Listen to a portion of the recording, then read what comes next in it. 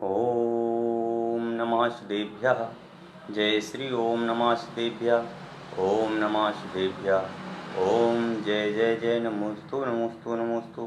नमो अरिहंताणं नमो सिद्धाणं नमो आयरियाणं नमो अज्जायाणं नमो लोईश वृषाहूणं नमः समय साराय स्वानुभूत्या चकाशते चित्स्वभावाय भावाय सर्वभावान्तरच्छति अनन्तधर्मणस्तत्त्वं पश्यन्ति प्रत्यगात्मनः अनेकान्तमयी मूर्ति नित्यमेव प्रकाशितं वन्दितु सौसिद्धे ध्रुवमचलमणुगं गदं पत्ते बोच्छामि समयपाहुर् मृण्मोषुधिकेवली भणिदम् मृण्मोषुधिकेवली भणिदम् मृण्मोषुधिकेवली भणिदम्।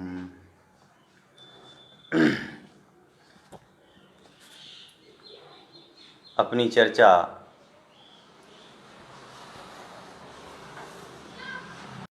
ग्रंथाधिराज पर चल रही है, जिसमें कल हम सभी ने गाथा नंबर 7 को, उसके भावार्थ और उसकी टीका को हमने कल देखा था। और उसकी गाथा को, टीका को देखने के पश्चात आज जो है हम उसके प्रश्नों के उत्तर की चर्चा करेंगे। लेकिन उसके पहले मैं आप लोगों को बता दूं कि जो कल अपन ने देखा था कि जो ज्ञान दर्शन चारित्र है, वह ज्ञान दर्शन चारित्र जो है व्यवहार रूप से कल कथन किया गया था कि व्यवहार रूप से कि ज्ञान दर्शन चारित्र जो है यह व्यवहार का कथन किया गया था। पर ज्ञान दर्शन चारित्र आत्मा का स्वरूप नहीं है। ये आत्मा के गुण तो हैं पर व्यवहार से कहे गए हैं, निश्चय से आत्मा के नहीं हैं। निश्चय से तो एक ज्ञायक मात्र भाव जो है वह आत्मा का है। इस प्रकार कल अपन ने चर्चा की थी, उसका अपन पद्यानुवाद पढ़ लेते हैं। दृग्ज्ञान चारित्र जीव के हैं, यह कहा व्यवहार से। ना ज्ञान दर्शन चरण ज्ञायक शुद्ध हैं परमार्थ से। कि ज्ञायक भाव तो शुद्ध है, द्रव्यार्थिक नय की दृष्टि से ज्ञायक भाव तो एकदम शुद्ध है, बस शुद्ध है। उसमें ज्ञायक भाव में एक भी प्रकार की, किसी भी प्रकार से उसमें कोई भी भेदपना नहीं है। वह तो एक अभेद अखंड नित्य ज्योति प्रकाशक, वह अभेद रत्नत्रय रूप वह ज्ञायक भाव है। उस ज्ञायक भाव के अलावा और कुछ भी नहीं है। जो भी व्यवहार से गुण भेद इत्यादि कहे गए हैं, यह तो सब व्यवहार का कथन है, निश्चय की अपेक्षा से ऐसा कथन नहीं है। इस प्रकार के अपन ने कल चर्चा की थी। आज अपन को प्रश्न नंबर 1 से ही पुनः करना है, पढ़ना है इसको, क्योंकि कल अपन ने बहुत डिटेल में चर्चा कर ली थी। और आज केवल अपन को प्रश्न, और जहाँ समझ में नहीं आएगा वहाँ समझने की कोशिश अपन करेंगे। प्रश्न नंबर 1 है कि इस गाथा के प्रसंग का प्रयोजन क्या है। मतलब ये गाथा किस लिए दी है, यह गाथा में यह जो है रत्नत्रय के भेद क्यों किए गए हैं, इसको व्यवहार से क्यों कहा गया है, इस प्रकार का प्रश्न है। तो कहते हैं एक यह गाथा अभेद रत्नत्रय की मुख्यता से कथन की अपेक्षा अवतरित है। यहाँ अभेद की बात की जा रही है कि जब अभेद की बात करते हैं तो अभेद में कह रहे हैं कि आत्मा के जो भी ज्ञानादि गुण हैं, वह ज्ञानादि गुण भी आत्मा ज्ञायक भाव के नहीं होते हैं, और होते हैं तो वह व्यवहार से मात्र कथन है। इस प्रकार की इसमें बात की। दूसरा प्रश्न है कि निश्चय नय से ज्ञायक शुद्ध भाव कैसे कहा है। कह रहे हैं निश्चय नय से कि ज्ञायक जो है शुद्ध भाव इस प्रकार से कहा कि उसके जो ज्ञान दर्शन चारित्र तीनों गुणों हैं, यह गुण जो हैं भेद रूप यहाँ पर बताए गए हैं। यदि भेद रूप नहीं करते हैं तो निश्चय नय से आत्मशुद्ध ज्ञायक स्वभाव में दर्शन ज्ञान चारित्र इन तीन गुणों का भेद भी नहीं है। भेद करके बताया है, इसलिए व्यवहार से कहे हैं। यदि भेद नहीं करें तो निश्चय से इसके स्वभाव ही हैं। यह भेद कौन सी आत्मा में नहीं है। ये तीसरा प्रश्न है कि यह भेद जो है वह किस आत्मा में नहीं है। तो कह रहे हैं परमार्थ से तो एक द्रव्य में समाये हुए अनंत पर्याय की एक रूपता से एक में एक मिले हुए हैं, समझ गए ना। पर्याय की दृष्टि से कह रहे हैं कि एक द्रव्य में यदि समाये हुए हैं तो एक रूपता को प्राप्त हैं, और अभेद स्वभाव रूप एक अनुभव करने वाला आत्मा को पृथक दर्शन ज्ञान चरित्र का आभास नहीं होता है। वह तो एक ज्ञायक मात्र रूप से ही जानता है, उसमें कहीं पर भी किसी प्रकार का भेदपना उत्पन्न नहीं होता है। आत्मा जब अपने स्वरूप को जानता है या उसमें जब वह लीन होता है, उस समय उसमें ऐसा कोई भी भेद नहीं डाला जाता है कि वह कैसा है, अभेद रूप से उसको अनुभव में लिया जाता है।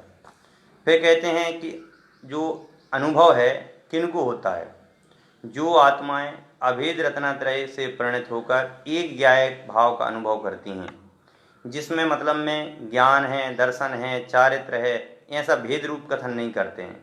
जो भेद रूप कथन न करके मात्र एक ज्ञायक भाव रूप अनुभव करते हैं, जो निश्चय नय का विषय बनाते हैं, उनके यह होता है। अनुभव उनके ही होता है जो एक निश्चय नय का विषय बनाते हैं, उसमें कहीं पर भी किसी प्रकार का भेद प्रभेद इत्यादि खड़ा नहीं करते हैं। केवल एक दृष्टि से उसको आत्मा को बस देखते हैं और उस ज्ञायक भाव को देखते हैं, जानते, अनुभव करते हैं, उसमें कहीं पर भी भेदपना दृष्टि से नहीं होता है, तो उसको अनुभव में आत्मा आता है। 5वां प्रश्न है, किसके पास रत्नात्रय नहीं है, उन्हें इस कथन से क्या प्रयोजन है। कह रहे किसके पास में रत्नात्रय नहीं है और उसी इस कथन से क्या प्रयोजन है। कह रहे हैं जिसके पास नहीं है ऐसे अवृत सम्यक दृष्टि को या साथी से मिथ्या दृष्टि को यह विचार करना, भावना करना कि शुद्ध आत्मा के ज्ञायक भाव में इन तीन गुणों की पृथक पृथक अनुभूति नहीं होती है, कि इनका जो है पृथक पृथक अनुभव नहीं होता है, कि दर्शन का अलग, विज्ञान का अलग, चारित्र का अलग, अलग अलग अनुभूति नहीं होती है। आत्मा शुद्ध द्रव्यार्थिक नय की अपेक्षा से एकमात्र ज्ञायक भाव वाला निर्विकल्प है, उसमें कहीं पर भी अलग अलग प्रकार से जानने का विकल्प नहीं होता है, वह तो एक केवल ज्ञायक भाव है। इस दृष्टि से यहाँ पर कथन किया गया है। फिर कहा 6वां प्रश्न है कि गाथा नंबर 6 में तो त्रैकालिक शुद्ध ज्ञायक स्वभाव का कथन किया गया था, और यहाँ अभेद रत्नात्रय से प्रणीत आत्मा को शुद्ध कहा, ऐसा क्यों भाई। वहाँ पर तो भेद नहीं किया गया था 6ठी गाथा में, लेकिन यहाँ पर भेद क्यों किया गया भाई। वहाँ पर तो एक अभेद त्रिकालिक शुद्ध भगवान आत्मा की बात की गई थी, वहाँ पे तो किसी प्रकार का भेद किया नहीं गया था, एकत्र रूप से आत्मा का अनुभव किया था। पर इस 7वीं गाथा में कह रहे हैं कि इसको अभेद रत्नात्रय से प्रणीत आत्मा को शुद्ध कहा। अब इसमें जो भेदपना जो दिखाई दिया, यह कैसे, ये क्यों। आचार्य जयसेन महाराज ने कहा, पहली 6 गाथाओं तक प्रथम स्थल में स्वतंत्र रूप से 6 गाथाएं कही हैं, उसके बाद 2 गाथाएं भेद अभेद रत्नात्रय की मुख्यता से हैं, मतलब 7वीं और 8वीं जो गाथा है वह भेद की अपेक्षा से है। स्पष्ट है कि गाथा नंबर 6 में द्रव्य स्वभाव के निरूपण की अपेक्षा ज्ञायक शुद्ध कहा था। वहाँ पर ये बात आई थी कि जो 6 द्रव्य हैं, ये 6 द्रव्य जो हैं अपने अपने स्वभाव में रहते हैं, समझ गए ना। ऐसी ज्ञायक भाव जो है अपने अपने स्वभाव में ही रहता है, अपने स्वभाव से कभी अलग होता नहीं है। उस अपेक्षा से, एक अपेक्षा से ये बात कही गई थी। और गाथा नंबर 7 में जो है परमार्थ से एक स्वानुभूत आत्मा का अनुभव करने वाले को ज्ञायक आत्मा एक है, शुद्ध है, ऐसा कहा। 7वीं गाथा में तो केवल इतना बात बताई है परमार्थ की दृष्टि से कि एक शुद्ध निश्चय जो आत्मा है बस वही ज्ञायक है, इसके अलावा और कुछ भी नहीं। यदि उसमें आप भेद खड़े करते हैं तो यह भेद जो है यह अशुद्धि का प्रतीक है, क्योंकि जो व्यवहार है, व्यवहार को अशुद्ध कहा गया है। और जो निश्चय है, निश्चयपना भी यदि अपन ज्ञायक में उस समय घटाते हैं तो निश्चयपना भी अशुद्धि है, क्योंकि ज्ञायक मात्र जानना ये अलग बात है, और उसमें भेद करना, निश्चय और व्यवहार का भेद करना, ये इत्यादि रूप ज्ञान दर्शन स्वरूप का भेद करना, मोक्ष का भेद करना, सिद्ध पर्याय का भेद करना, इस समय यहाँ पर ऐसा नहीं कथन है। यहाँ तो केवल एक शुद्धात्मा का कथन ही मात्र किया गया है। 7वां प्रश्न है, तो क्या आत्मा दर्शन ज्ञान चारित्र से भेद रूप नहीं है। आत्मा जो है ज्ञान और दर्शन और चारित्र से भेद रूप नहीं है। तो उत्तर देते हैं ऐसा नहीं है। निश्चय रूप अभेद नय की अपेक्षा आत्मा शुद्ध चेतन स्वरूप है, और भेद रूप व्यवहार नय की अपेक्षा 3 रूप होता है। यहाँ पर भेद रूप में कह दिया आत्मा 3 रूप में है, ज्ञान रूप में, दर्शन रूप में और चारित्र रूप। लेकिन अभेद की अपेक्षा से तो एक ज्ञायक आत्मा भी मात्र है, उसमें भेद नहीं डाला जाता। और भेद नहीं होने के कारण से उसको अभेद, अखंड या ज्ञायक स्वभाव कहा। और यदि उसमें भेद डल जाता है तो व्यवहार की अपेक्षा से आत्माएं 3 प्रकार की हो जाती हैं। वह कैसे, उदाहरण से समझाइए। प्रश्न है वह कैसे, उदाहरण से। देखो, अग्नि निश्चय से अभेद एक रूप है, लेकिन उसमें दाह, पाचक और प्रकाश ये 3 भेद कर दिए जाते हैं। है तो तीनों एक ही, अग्नि तो एक ही है, मतलब जो खाना पकाने में आ रही है वो दाह है, और जो खाना पचाने में काम आ रही है वह पाच्य है, और तीसरी जो है वह उजेला जो दे रही है, प्रकाश जो दे रही है, वह क्या है, तो एक वह जो है वह भी अग्नि है। इस प्रकार से व्युत्पत्ति के विषय भेद की अपेक्षा से जिस पर अग्नि 3 प्रकार की है, उसी प्रकार से ज्ञान दर्शन चारित्र की अपेक्षा भी यहाँ पर कथन भेद रूप में कर दिया जाता है। इस उदाहरण से तो यह भी कहा जा सकता है कि व्यवहार और निश्चय रत्नात्रय में वस्तुतः विषय भेद से ही भेद है, वास्तविकता में नहीं। भाई यहाँ पर आपने जो उदाहरण दिया उससे तो केवल यह बात सिद्ध होती है कि ये तो विषय भेद है और वास्तविकता में ऐसा कोई भेद है नहीं। विषय भेद की दृष्टि से यह भेद है, क्योंकि अग्नि जो है, अग्नि का विषय प्रतिपादन करना है 3 रूप में, इसलिए आपने विषय की अपेक्षा से कथन कर दिया, लेकिन परमार्थिक दृष्टि से कहाँ है। कह रहे नहीं, व्यवहार और निश्चय रत्नात्रय के लिए यहाँ यह उदाहरण नहीं दिया। यह गुण गुणी पर्याय, गुण गुणी या पर्याय में कथनचित भेद अभेद समझाने के लिए किया गया है। व्यवहार और निश्चय रत्नात्रय के लिए पानक का उदाहरण देकर आगे गुणस्थान की भूमिका के अनुसार भेद किए जाएगा। यहाँ भेद अभेदात्मक वस्तु को समझाने के लिए उदाहरण है, अनुभूति करने के लिए नहीं है।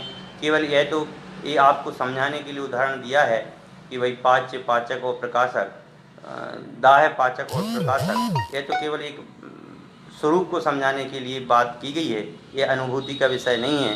अनुभूति का जो विषय है वह विषय तो केवल एक ज्ञायक भाव मात्र है। यदि द्रव्य शुद्ध है तो उसके गुण और पर्याय भी शुद्ध होंगे। प्रश्न है, यदि द्रव्य शुद्ध है, यदि चेतन आत्मा शुद्ध है तो उसके गुण और पर्याय भी शुद्ध ही होंगे।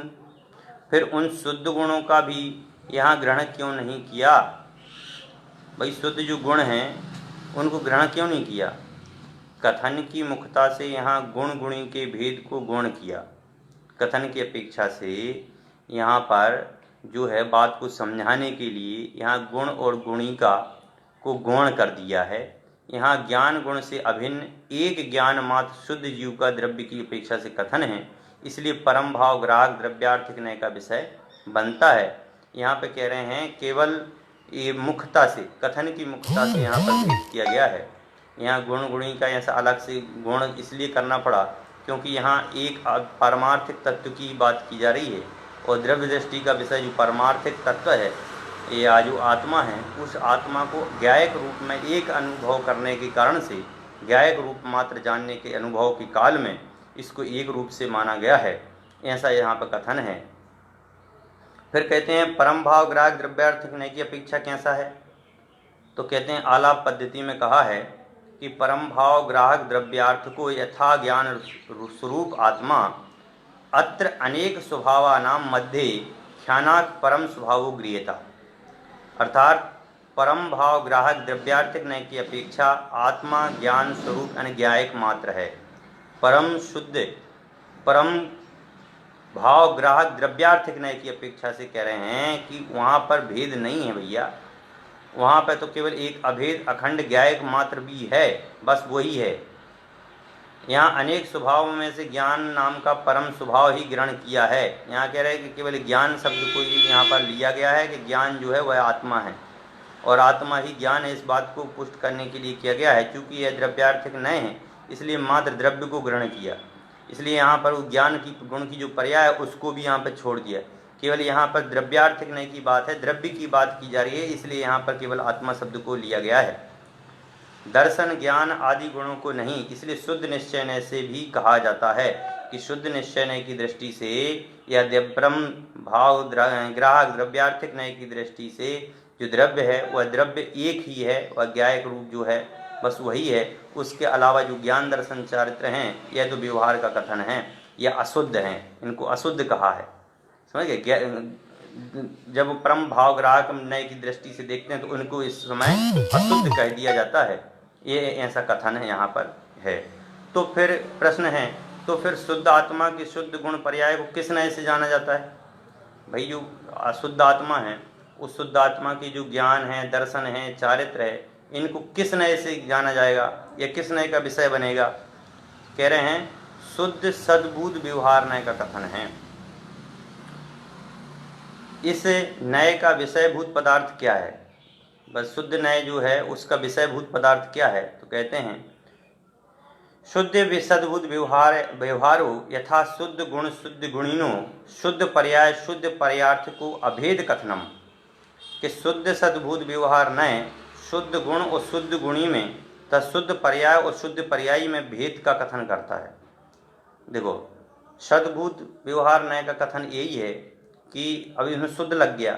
सद्बुद्ध व्यवहार नय का कथन है कि जीव के जो गुण हैं उनमें गुणों में मतलब में भेद डालना, उन गुणों में भेद डालना, द्रव्य में भेद नहीं डालना, गुणों में भेद डालना।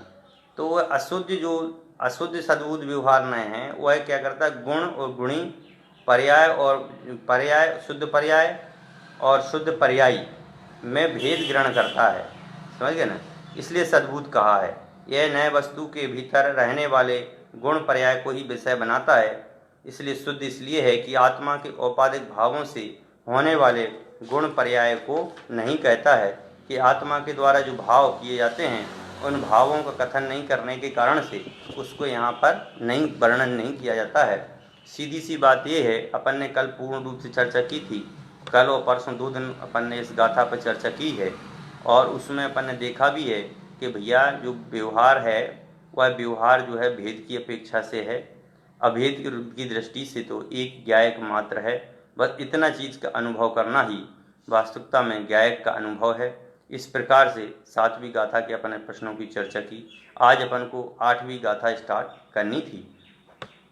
तो 8वीं गाथा में जो है बता रहे हैं, तो फिर एक परमार्थ का ही कथन करना चाहिए। प्रश्न है कि आपने अभी तक जो बात कर दी कि भाई वहाँ पर एकत्व विभक्त आत्मा की बात बताई, तो एकत्व विभक्त आत्मा में भी फिर आपने ज्ञान दर्शन चारित्र को व्यवहार से कह दिया।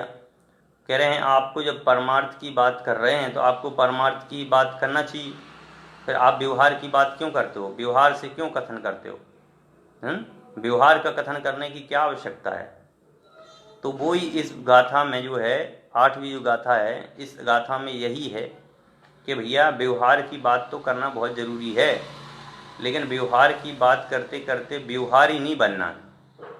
यहाँ पर जो मूल प्रयोजन 8वीं गाथा में जो अपन करने जा रहे हैं वो यहाँ पर मूल प्रयोजन जो है, मूल प्रयोजन इतना ही है कि भाई 8वीं गाथा में जो बता रहे हैं कि पढ़ लेते हैं एक बार फिर आपको बताते हैं।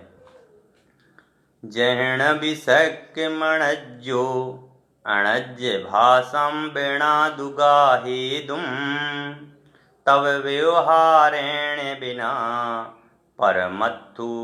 परमत्थोदेशण मासक्कम। अनार्य भाषा के बिना समझा सके न अनार्य को, बस त्यों ही समझा सके ना व्यवहार बिन परमार्थ को।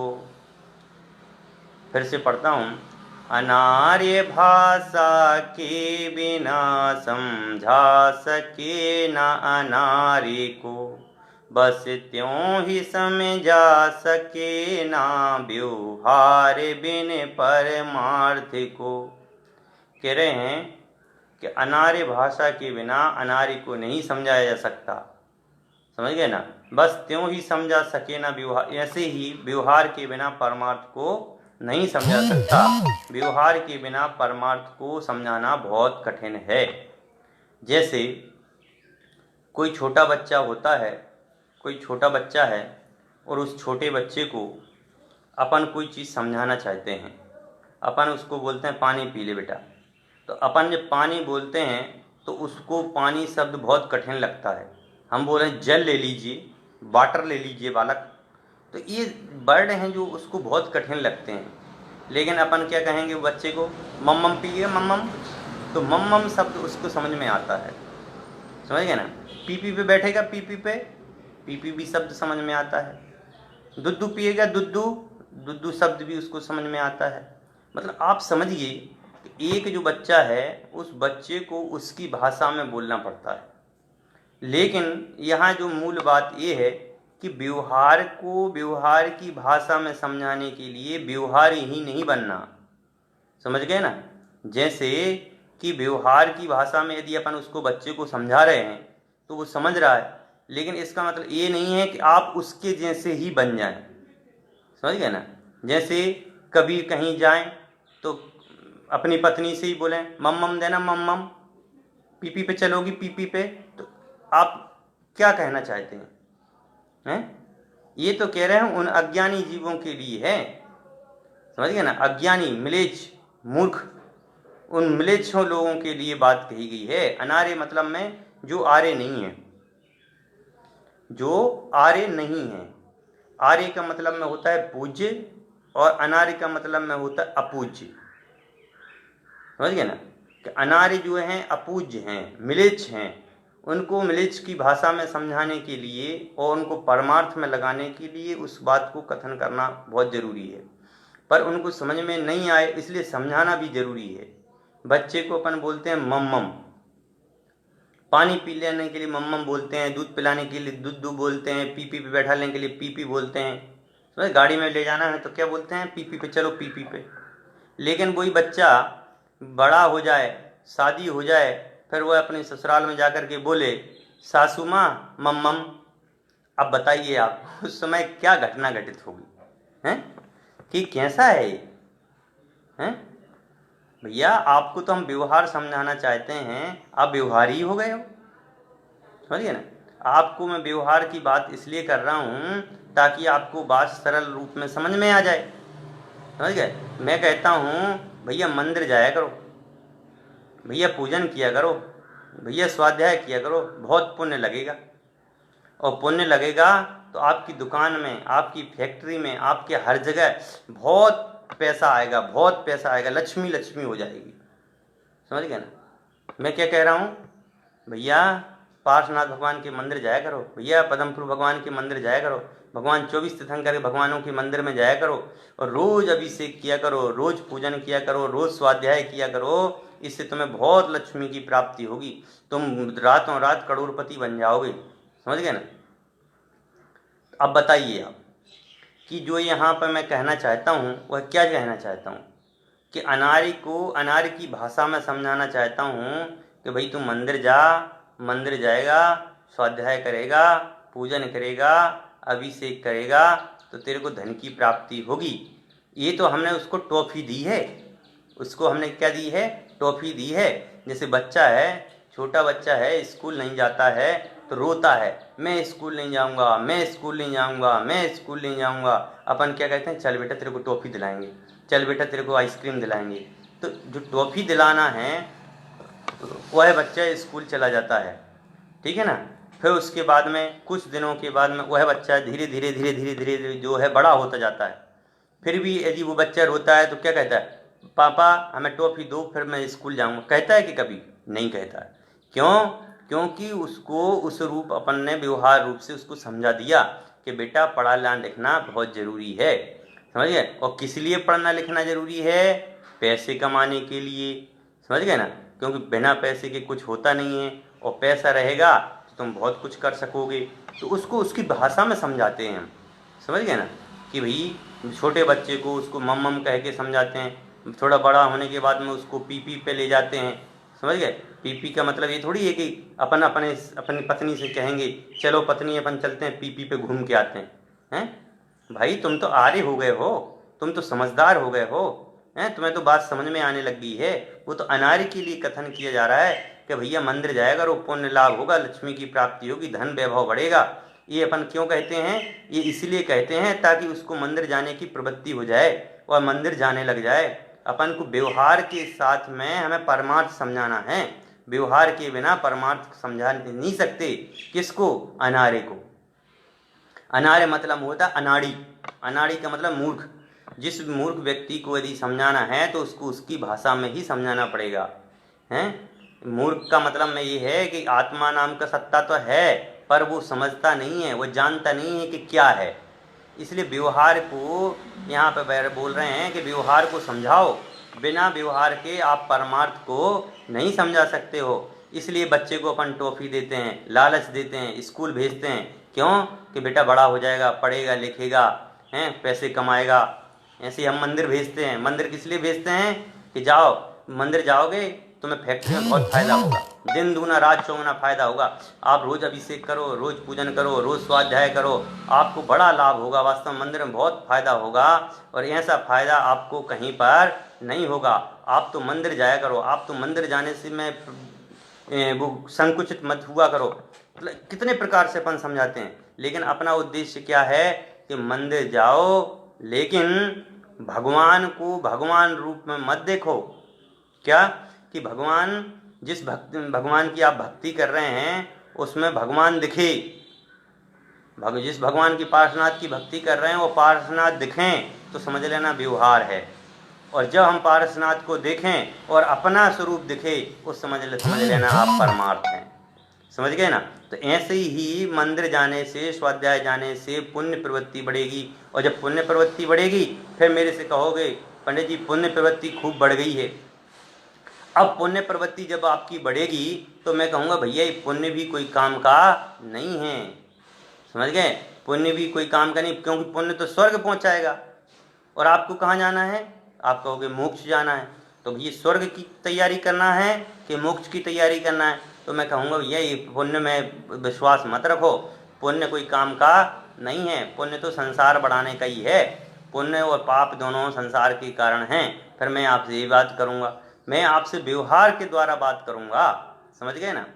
और व्यवहार के द्वारा बात करते करते ही मैं आपको परमार्थ तक ले जाऊँगा। जब मैं आपसे कहूँगा ये पुण्य पाप जो हैं आपके नहीं हैं, समझ गए, आपको स्वर्ग जाना है तो पुण्य करिए और मोक्ष जाना है तो अनुभव में करिए।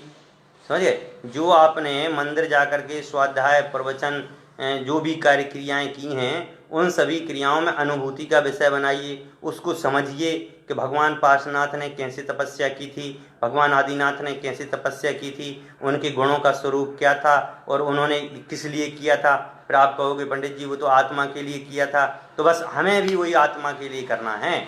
तो सीधी सी बात ये है कि व्यवहार के द्वारा ही हम परमार्थ को समझा सकते हैं, बिना व्यवहार के हम परमार्थ को नहीं समझा सकते। समझ गए ना। और भी देखिए एक उदाहरण और देता हूँ मैं, हैं।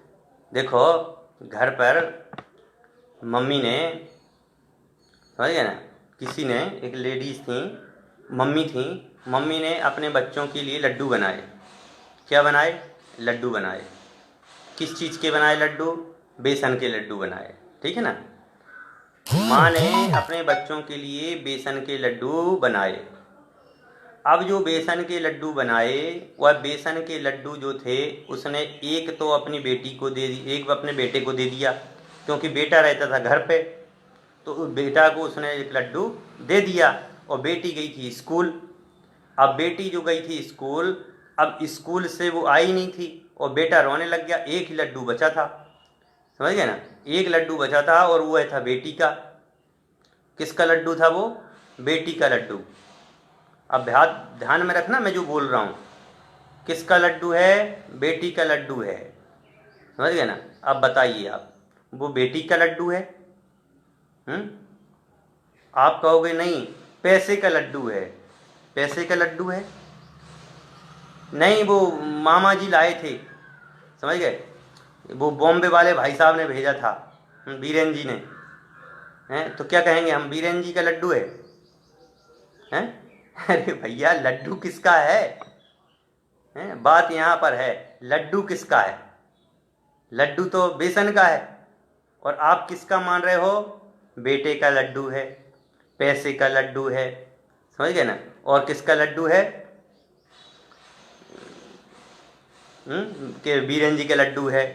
तो बताइए लड्डू उनका है, हैं? उनको बनाया गया था लड्डू रूप में। बताइए, परमार्थ देखिए यहाँ पर। आप ये मत देखिए व्यवहार की भाषा में कह रहे हैं, व्यवहार में समझाने के लिए कह रहे हैं कि बेटा रो मत, ये दीदी का लड्डू है, दीदी स्कूल से आएगी, दीदी लड्डू खाएगी, समझ गए? ये दीदी का लड्डू है, ये व्यवहार से कह रहे हैं, है तो बेसन का लड्डू है। ये बॉम्बे से आया था इसलिए बॉम्बे का लड्डू है, हैं? ये लड्डू पैसे में आया था, ये पैसे का लड्डू है। ये तो व्यवहार की भाषा है। परमार्थ की दृष्टि से देखिए आप, वो तो बेसन का लड्डू ही है, हैं? और देखिए और उदाहरण दूं मैं आपको, क्योंकि बिना व्यवहार के समझाए आप परमार्थ को नहीं समझ सकते। आपको तो केवल हम व्यवहार से आपको रास्ता बताते हैं, परमार्थ को आपको प्राप्त करना है, और बिना परमार्थ के आप प्राप्त कुछ भी नहीं कर सकते।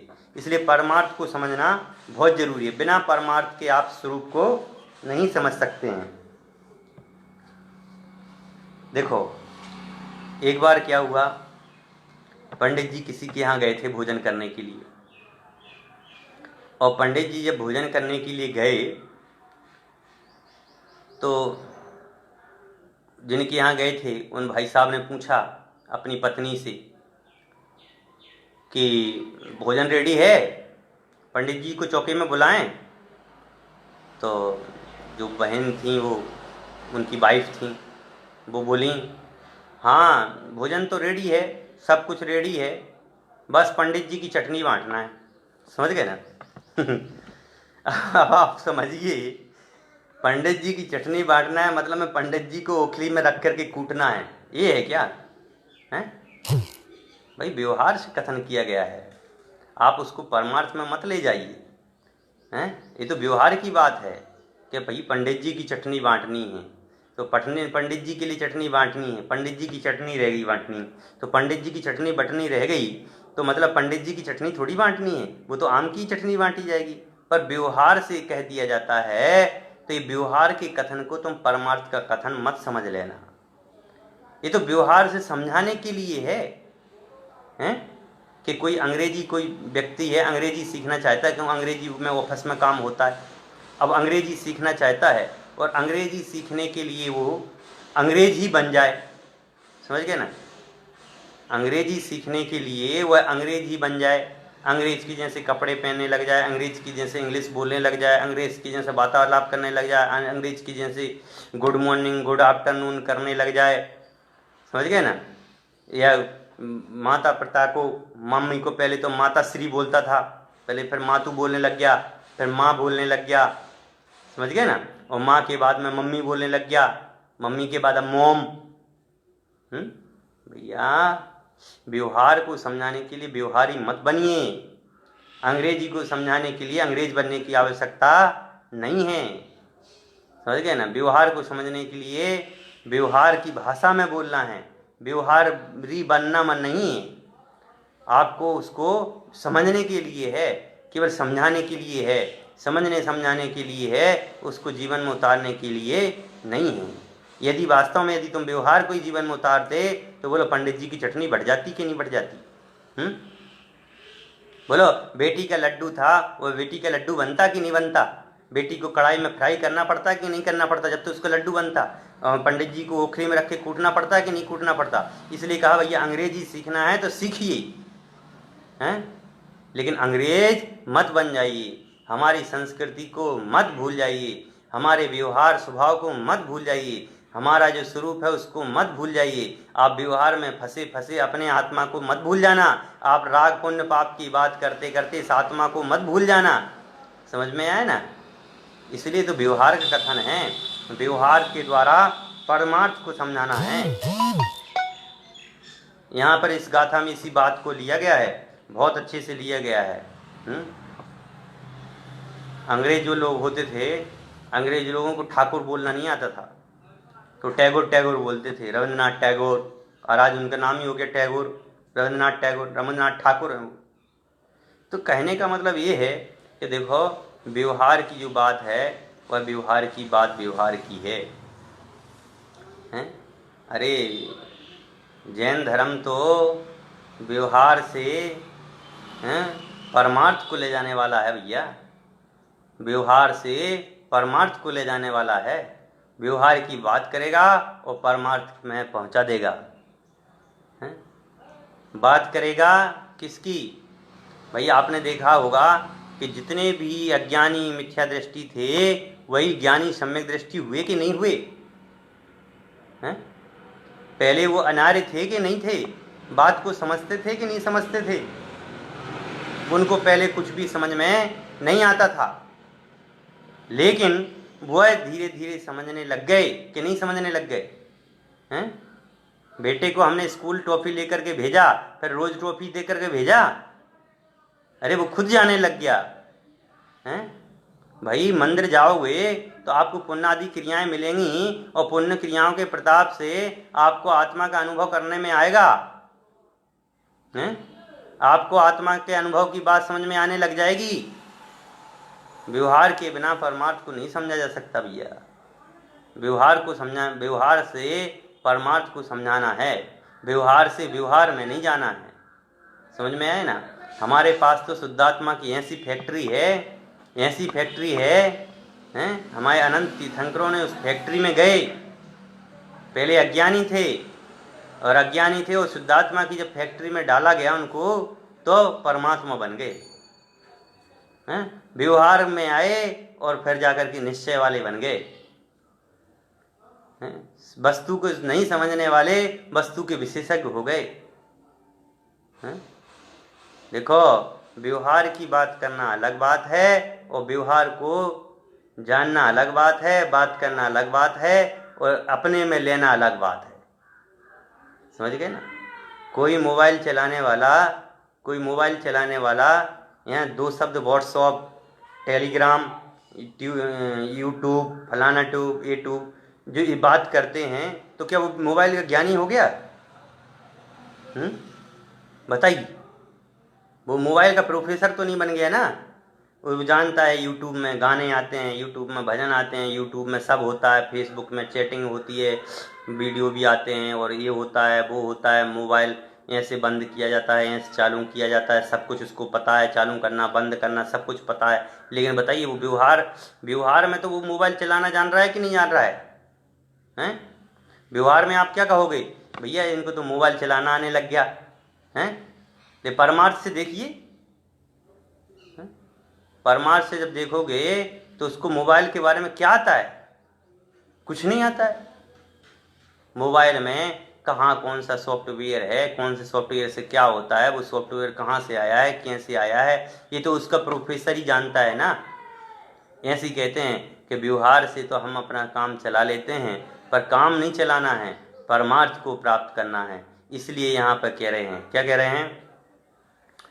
अनार्य भाषा के बिना समझा सके न अनार्य को, बस त्यों ही समझा सके न व्यवहार बिन परमार्थ को। कि अनार्य भाषा के बिना अनार्य को समझा जा सकता है। समझ गए? अनार्य भाषा के बिना समझा सके ना अनार्य को। अरे अनार्य भाषा के बिना हम उसको नहीं समझा सकते, ये बात बिल्कुल स्पष्ट रखना। इस बात को, अनार्य भाषा के बिना हम नहीं समझा सकते। बच्चे को यदि हम मम्म नहीं बोलेंगे और कहेंगे नहीं जल ले लीजिए, वाटर ले लीजिए, तो समझ जाएगा कि पानी की बात कर रहे हैं? समझेगा क्या? कभी नहीं समझेगा। हैं? अपन कहेंगे चल बेटा तेरे को फलानी गाड़ी में घुमा के लाते हैं, वो समझेगा ही नहीं। और अपन उससे कहेंगे चलें बेटा पीपी पे बज्जी चलें, बज्जी चलेगा बेटा बज्जी। अब बज्जी शब्द कहेंगे तो क्या अपन उसको बोलेंगे मार्केट चलेगा बेटा मार्केट? हैं? अरे भैया, अभी उसको व्यवहार की बात समझ में आएगी। वो अभी अनार्य है, उस अनार्य को अनार्य की भाषा में समझाइए। हैं? और जब वह अनार्य की भाषा में समझाओगे तो धीरे धीरे करके आर्य की भाषा भी समझने लग जाएगा। समझाने की आवश्यकता नहीं पड़ेगी, लेकिन हाँ, छोटे में तो उसको उसकी भाषा में ही समझाना पड़ेगा। ऐसी अज्ञानी को अज्ञानी की भाषा में ही समझाना पड़ेगा। और अज्ञानी को अज्ञानी की भाषा में समझाने के लिए कहा कि अनार्य भाषा के बिना समझा सके न अनार्य को, बस त्यों ही समझा सके न व्यवहार बिन परमार्थ को। उसी प्रकार से व्यवहार के बिना हम परमार्थ को नहीं समझा सकते। हम यदि उसको मंदिर आदि स्वाध्याय आदि की प्रवृत्ति में नहीं डालेंगे, ज्ञान की बात उससे नहीं करेंगे तो बताइए फिर वो कभी उस रूप परिवर्तन करेगा?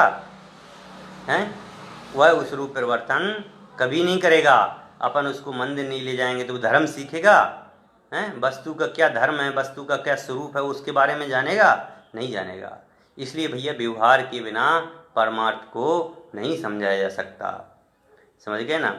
इसलिए यहाँ पर कह रहे हैं कि हमारा जो स्वरूप है उस, अब देखो मूल बात को समझना सर्वज्ञ को समझाना उन्हें है जिन्हें बिल्कुल समझ में नहीं आता। एक बात बिल्कुल ध्यान में रखना है, समझना किसको है? सर्वज्ञ को। और समझाना किसको है? जिसको बिल्कुल समझ में नहीं आता। ये पॉइंट लिख लीजिए। समझना है सर्वज्ञ को, समझ गए? और समझाना किसी है जिसको बिल्कुल समझ में नहीं आता। ये बात पे ध्यान रखना है, बात कि जिसने सर्वज्ञ शब्द को आज तक सुना ही नहीं है और उसको सर्वज्ञ समझाना है, समझ गए? तो कैसे समझाएंगे हम? हैं? उसको यही तो बताएंगे ना, पहले उसकी प्रवृत्ति डालेंगे, उसको स्वाध्याय में, चिंतन में, मन में इत्यादि में रूप में उसको लगाएंगे। जब वो स्वाध्याय, चिंतन, मनन इत्यादि में लगेगा तब वह जाकर के वस्तु के स्वरूप को समझेगा। लेकिन वह यदि उसको नहीं लगाया तो वह वस्तु के स्वरूप को जानने इसमें असमर्थ ही रहेगा। इसलिए समझाना सर्वज्ञ को है और समझाना किसको है? कह रहे हैं कि बिल्कुल मूर्ख को समझाने के लिए मूर्ख की भाषा में ही उसको समझाया जा सकता है। देखो एक बात और मैं बोलता हूँ, मोक्ष ज्ञानी के अनुसार होता है और प्रभावना अज्ञानी। आप सोच रहे हो ऐसा कैसे? भाई जो धर्म की प्रभावना होती है वो किसके आधार पर होती है? अज्ञानी के द्वारा होती है। धर्म की प्रभावना कौन करता है? अनार्य, जो अभी समझा ही नहीं है। और जो इसने ज्ञानी हो गया है वो तो मोक्ष जा रहा है। जो ज्ञानी है वो तो अपने आत्म स्वरूप को जान रहा है, जो ज्ञानी है वह वस्तु स्वरूप को जान रहा है। पर जो अज्ञानी है वह अज्ञानी वस्तु स्वरूप को तो जानता नहीं है। इसलिए कहा कि अज्ञानी तो प्रभावना करता है किसकी? धर्म की। अज्ञानी धर्म की प्रभावना करता है और ज्ञानी मोक्ष जाता है। समझ में आया ना? ज्ञानी के अनुसार मोक्ष है और अज्ञानी के अनुसार धर्म प्रभावना। अज्ञानी ही धर्म प्रभावना करता है। जो ज्ञानी हो जाता है वह तो अपने आत्म स्वरूप में चला जाता है और जो अज्ञानी होता है वह पुण्य आदि क्रियाओं में धर्म मानता है। पुण्य आदि क्रियाओं में धर्म मानता है, पाप अशुभ क्रियाओं में पाप मानता है, अशुभ क्रिया को पाप मानता है और धर्म पुण्य इत्यादि क्रियाओं को वह पुण्य मानता है। पूजन पाठ इत्यादि करने को वह पुण्य मानता है, स्वाध्याय इत्यादि करने को वह पुण्य मानता है। परंतु जो ज्ञानी होता है, ज्ञानी तो अपने आत्मा को जानने के कारण से वह मोक्ष ही जाता है। लेकिन प्रभावना कौन करता है? जो अज्ञानी है। अज्ञानी का मतलब में जिसने अपने आत्म स्वरूप को नहीं जाना है, उसके लिए यहाँ पर अज्ञानी कहा है। अपन भावार्थ देखते हैं टीका का और इसका गाथा का। जैसे अनार्य को अनार्य भाषा के बिना किसी वस्तु का ग्रहण कराना शक्य नहीं है। जो व्यक्ति जिस भाषा का है उस भाषा का ज्ञान कराना बहुत ज़रूरी है। समझ गए? अभी अपने सामने आकर के कोई तमिल वाला व्यक्ति कोई चीज़ समझाने लग जाए या प्रवचन देने लग जाए तो अपन क्या करेंगे? उसका मुंह देखेंगे। अपन क्या करेंगे? उसका मुंह देखेंगे। अब यहाँ पर भी आपको मैं बाद में बताऊंगा इस चीज़ को, जब टीका पढ़ूंगा ना तब बताऊंगा। अपन उसका क्या देखेंगे? मुंह देखेंगे, उसको टक टक लगा करके देखेंगे। परंतु हमारे कुछ मित्र जो हैं तमिलनाडु के हैं, समझ गए ना? और वो तमिलनाडु के मित्र हमारे साथ में बैठे हों और हमें कहने लग जाएं कि पंडित जी जो ये बोल रहे हैं वो ये बोल रहे हैं, जो ये बोल रहे हैं ये बोल रहे हैं। तो वही बात है यहाँ कि भैया व्यवहार के जो अनार्य है या जो व्यवहारी है उस व्यवहारी को व्यवहार की भाषा में समझाइए, तब उसको समझ में आता है। उसी प्रकार व्यवहार के बिना परमार्थ का उपदेश देना अशक्य है। उसी प्रकार कह रहे हैं कि हम डायरेक्ट आत्मा की यदि बात बताने लग जाएंगे तो वह उसको समझ नहीं पाएगा। आत्मा की बात समझाना है तो दोनों को समझना पड़ेगा। जैसे मैंने कहा भैया, पुण्य आदि क्रियाओं करने से, मंदिर जाने से, स्वाध्याय करने से, धर्म में लाभ लेने से, शिविर अटेंड करने से, समझ गए। अभी हमारा महाशिविर चल रहा है, ई महाशिविर चल रहा है ऑनलाइन, और इस शिविर में जो भी भाग लेगा उसको सब कुछ प्राप्त होगा, अनंत सुख की प्राप्ति होगी। मैं अनंत सुख की बात करूंगा तो उसको उतना मज़ा नहीं आएगा। मैं कहूँगा भैया आपको जैसे लॉकडाउन ख़त्म होगा और इस शिविर के माध्यम से आपको करोड़ों रुपए का फायदा होगा, आप शिविर अटेंड कीजिए, समझ गए ना। तो वो क्या करेगा कि तुरंत ही सब छोड़ छाड़ करके, अरे भैया पंडित जी ने कहा है मेरे को तो बहुत लाभ होने वाला है, मैं तो करोड़पति बन जाऊंगा, जैसे लॉकडाउन खत्म हो जाएगा मैं तो करोड़पति हो जाऊंगा। भैया अब तो इसको समझना बहुत ज़रूरी है, शिविर में बैठना बहुत ज़रूरी है। भैया मैंने ये कथन जो किया है ये व्यवहार से किया है, यह कथन मेरा व्यवहार का है, ये परमार्थ का नहीं है। व्यवहार से मैंने कहा है कि भाई आप यदि स्वाध्याय करोगे, चिंतन करोगे, मनन करोगे तो आपको पुण्य की प्राप्ति होगी। लेकिन फिर आप मेरे को मिलोगे, फिर मेरे से कहोगे पंडित जी मेरे को उतना लाभ तो नहीं हुआ है, तो मैं कहूँगा भाई पुण्य तो लाभ हुआ है कि नहीं हुआ है, हैं? पुण्य तो तुमने कमाया है। और पुण्य में भी मैं कहूँगा फिर ये बताइए आपको स्वर्ग जाना है मोक्ष जाना है? संसार के कार्यों में लगेंगे तो आप कहाँ जाओगे? नरक जाओगे। और पुण्य आदि क्रियाएं करोगे तो कहाँ जाओगे? स्वर्ग जाओगे। तो आप बताइए आपको स्वर्ग जाना है मोक्ष जाना है? आप कहोगे पंडित जी मोक्ष जाना है। तो मैं कहूँगा भैया ये पुण्य आदि क्रियाओं को भी छोड़ दीजिए, अपने आत्म स्वरूप को पहचान लीजिए। तो ये है व्यवहार से परमार्थ की भाषा समझाना, समझ गए ना। व्यवहारी बन जाना नहीं, मैं बार बार इस बात को कह रहा हूँ। अपना मूल उद्देश्य है मोक्ष प्राप्ति, आत्मानुभव, और वह आत्मानुभव अपन को व्यवहार से समझना है। व्यवहार से समझना है, पहले प्रवृत्ति डालनी है, और प्रवृत्ति को डालते डालते डालते डालते डालते डालते उसको अनुभव में लेने लगना है, समझ गए ना। केवल रोज़ जाकर के अभिषेक पूजन, मैं किसी का विरोध नहीं कर रहा हूँ, रोज़ जाकर केवल अभिषेक पूजन करके आ गए बस हम तो फ्री हो गए। भैया इतने मात्र से कुछ नहीं होगा, उसको अपने जीवन में उतारिए, उसको अपने जीवन में लीजिए, आत्मानुभूति में लीजिए। या वह आत्मानुभूति का विषय बनेगा तो ही तुम्हें सच्चा सुख की प्राप्ति होगी। जिस प्रकार किसी अनार्य मिलेच्छ अज्ञानी अनाड़ी पुरुष को उसी की भाषा में बोले बिना नहीं समझा जा सकता, उसी प्रकार परमार्थ का उपदेश भी व्यवहार के बिना नहीं हो सकता। अर्थात परमार्थ को समझाने के लिए व्यवहार का अवलंबन लेना जरूरी है। अर्थात व्यवहार की भाषा जो है वह व्यवहार में रूप में यदि अपन बोलते हैं तो सामने वाले सभी जीवों को इस बात की समझ में आती है कि वास्तविकता में क्या है। क्योंकि बिना व्यवहार के स्वरूप की हम आपको परमार्थ का रास्ता नहीं बता सकते। इसलिए व्यवहार के स्वरूप को समझने के लिए या व्यवहार की बात को हम समझते हैं तो ही हमें परमार्थ की बात समझ में आ सकती है। इस प्रकार से आज अपन ने 7वीं गाथा के कुछ प्रश्न देखे और 8वीं गाथा का भावार्थ देखा, गाथा और उसका भावार्थ देखा है। कल अपन जो है इसकी टीका की बात करेंगे, और टीका के साथ साथ कल ही अपन, क्योंकि आज अपन ने बहुत सारी चर्चा कर ली है, कल ही अपन जो प्रश्न हैं उन प्रश्नों को भी आधार बनाएंगे।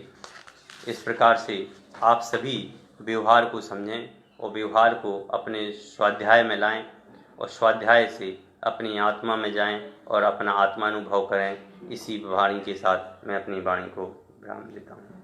जय जिनेन्द्र। नौ बार नवोकारवन नवो हंताड़म नवो सिद्धाय।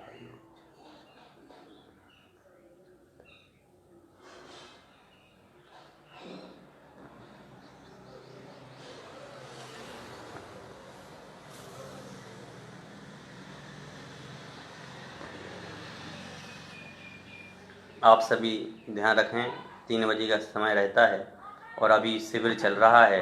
उस शिविर का अनेक प्रकार से आप लाभ लें और अनेक प्रकार से आनंद में अमृत धारा जो बरस रही है उस शिविर में, ऑनलाइन शिविर में आप जाकर के उस लिंक पर जाएं, यूट्यूब चैनल पंडित टोडरमल स्मारक पर, और आप वहां जाकर के अपना रसास्वादन करें। अभी 4:15 बजे से 6 ढाला की क्लास या बड़ों की क्लास स्टार्ट होने वाली है। सभी उस क्लास में पहुँचें। जब तक के लिए सबके लिए